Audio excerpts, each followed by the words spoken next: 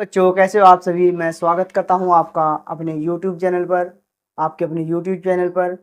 जैसे कि आप सभी जानते हैं, मैं 11वीं क्लास के अकाउंट के बच्चों को अकाउंट में कार्य करा रहा हूं। इससे पहले मैंने वीडियो में जनरल एंट्री, लेजर पोस्टिंग भी करा दी है। तीसरा चैप्टर कंप्लीट करा दिया है। अब चैप्टर नंबर 4 स्टार्ट हो चुका है। ये जो 4 चैप्टर है, ये इसका नाम है लेन देन का अभिलेखन नंबर 2, यानी कि लेखा शास्त्र में 11वीं क्लास के लिए लेन देन का अभिलेखन नंबर 2। इसमें क्या होता है? इसमें होता है लेखांकन की सहायक बहिया। लेखांकन की सहायक बहिया। अब लेखांकन की सहायक बहिया क्या है? लेखांकन की सहायक बहिया है जो लेखांकन में लेखा करने के लिए अलग से बहियों की आवश्यकता होती है, यानी कि और ज्यादा बहियों की आवश्यकता होती है। जैसे कि इसमें सहायक बहियों में आता है रोकड़ बही, क्रय बही, क्रय वापसी बही, विक्रय बही, विक्रय वापसी बही, मुख्य रोजना मचा।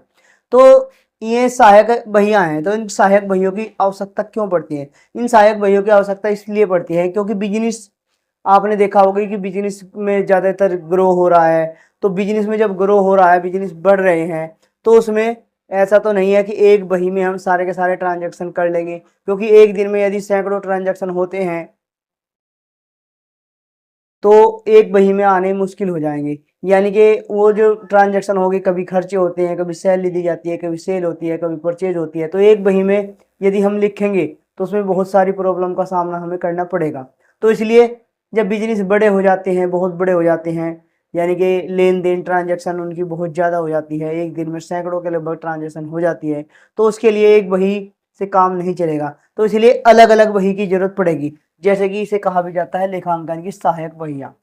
तो इसलिए सहायक बहियों की आवश्यकता पड़ती है। तो सहायक बहियां कौन कौन सी होती है ये बताने जा रहा हूं मैं। जैसे कि नंबर 1 पर है रोकड़ बही।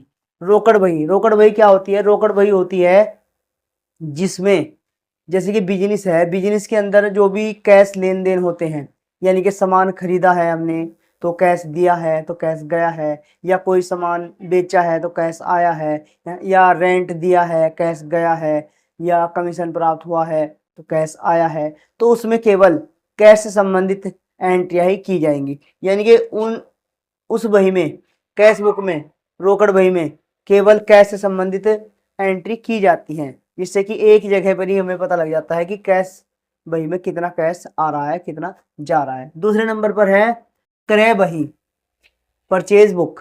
क्रय बही में क्या होता है? क्रय का मतलब होता है परचेज, यानी कि सामान को खरीदना। इसमें जितने भी सामान खरीदे जाएंगे, लेकिन वो सामान उधार होना चाहिए।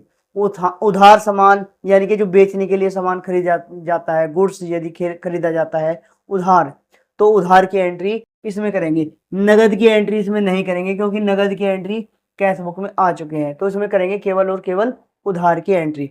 तीसरे नंबर पर है क्रय वापसी बही। अब हम कोई सामान खरीद कर लेकर आए हैं, तो कभी कभी ऐसा भी हो जाता है कुछ सामान कुछ हल्का निकल जाता है, या किसी सामान में कुछ फॉल्ट आ जाता है, तो उस सामान को वापस करना होता है। तो उसके लिए एक अलग से बही तैयार की जाती है, वो है क्रय वापसी बही। क्रय क्रय वापसी बही की आवश्यकता तो वैसे कम ही पड़ती है, लेकिन फिर भी क्रय वापसी बही, उसमें क्रय वापसी का ही सामान उसमें लिखा जाता है।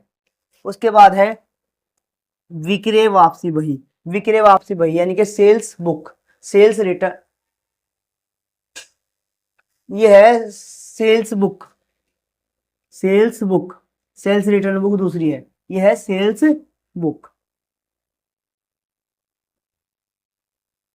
सेल्स बुक, सेल्स बुक का मतलब है यदि कोई सामान बेचा गया है, हम भी सामान बेचते हैं, ये तो नहीं है कि सारा सामान नगद ही चला जाए, कुछ सामान उधार भी बेचा जाता है। जो उधार की जो एंट्री होगी वो सेल्स बुक में होगी। यानी कि कोई सामान हमने उधार बेचा, राम को बेचा, श्याम को बेचा, या मोहन को बेचा, किसी को भी सामान बेचा है, उधार बेचा है, तो उधार की एंट्री इसमें होगी। नगद की एंट्री इन बहियों में नहीं होगी, क्योंकि नगद की एंट्री रोकड़ बही में हम कर चुके हैं। उसके बाद है विक्रय वापसी बही, सेल्स रिटर्न बुक।